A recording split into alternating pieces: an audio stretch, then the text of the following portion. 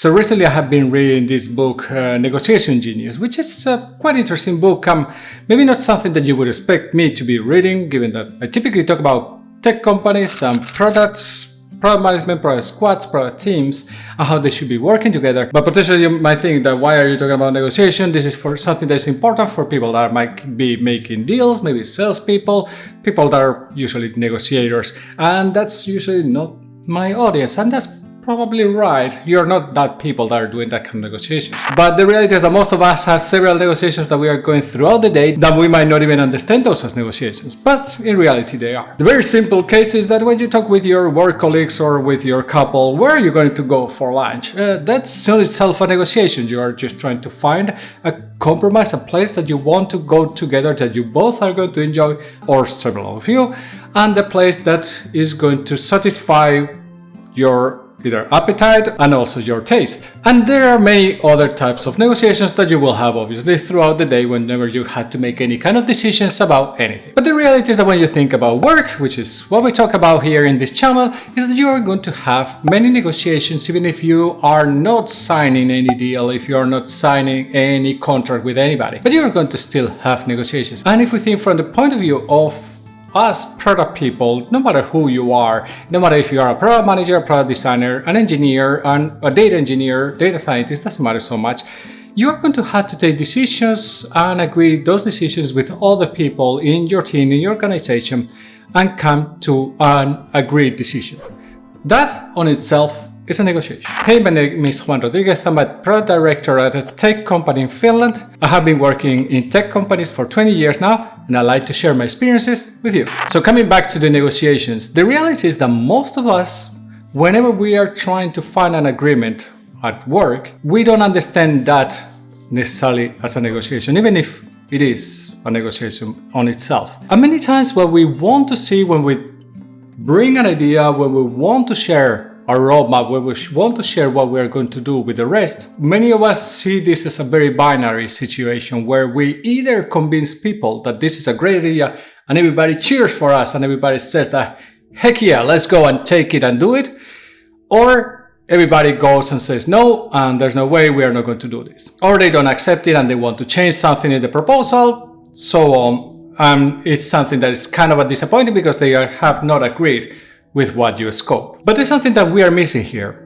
potentially. Something that we don't pay maybe that much attention as product people is that whenever we are planning something, we also have to think about the other's point of view. The same as we try to take the point of view of the user, we might have to take the point of view of others in the organization to understand also their needs, to understand how can we help them, how can we also bring value to them?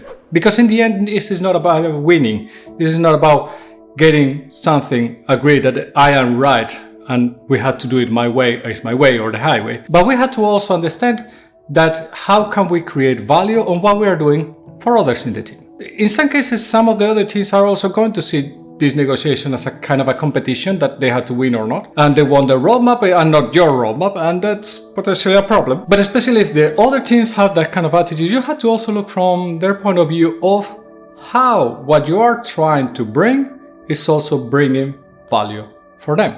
How are you creating value, and how are you getting that value of getting that plan that you are trying to achieve, that roadmap, getting it approved by everybody else. And just a very important step is that you actually look and validate all the assumptions that you have on the roadmap with your users, because in the end, they are going to be the ones that are going to be taking advantage of what you're doing. But for example, if what you are building requires some deep changes, technical changes on the platform, you might have to help convincing your engineering peers to go that direction. For whatever reason, there might be a resistance of changing technologies because sometimes people have to learn new technologies and they're not necessarily comfortable with that.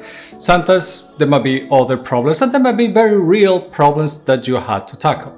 So it's good always, whenever you go into a negotiation, whenever you go into this kind of discussion, that you go prepare, that you work already with the other party to understand what are their needs, what are their requirements, how you can also bring value in that negotiation for them, and work together towards bringing that proposition that is going to bring value to all of you. And I've seen this happening many times, especially when you think about product teams and sales teams, where many times product teams will have a long-term vision of what they want to achieve, like a long-term roadmap, and a sales team might be more tactical because they would like to get something done in order to be able to close some sales. And sometimes these conversations can be just a tug of war. And many times people come to these conversations completely blindsided of what they want for themselves. It is both of the teams, it happens all the time, and they don't take into account the other side at all. And there's potentially good reasons for the behavior in both sides, but very rarely these two sides are going to try to look into the same direction. And we all been there, we all have made that mistake, me the first one. So what I would say is that whenever you go into this kind of negotiation, always try to identify how not only bringing value to your users and to your organization, but also how you are bringing value to those other teams that actually have to agree and push forward in the same direction as you are trying to push.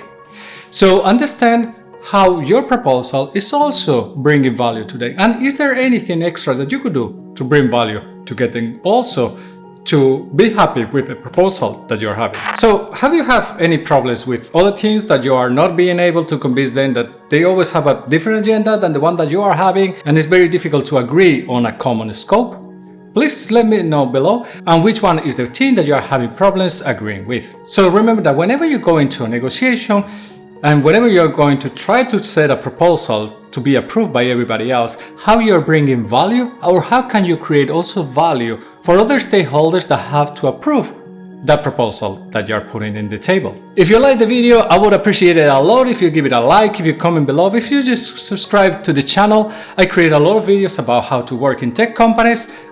If you find value in this one, you probably will find value in some of the other content that I'm doing. Negotiation, negotiating in companies, negotiating with other people in the company is a topic that it's potentially maybe not so well considered, or not something that we get trained for, and not something that companies really help their employees to understand or to practice or to get better at. And it's something that probably is missing quite often from the onboarding of a company. But negotiating and actually agreeing and working together in the company is something that is very related to the company values that you have. If you're interested in hearing more about company values, go check out this video. I will see you in the next one, and remember, stay safe.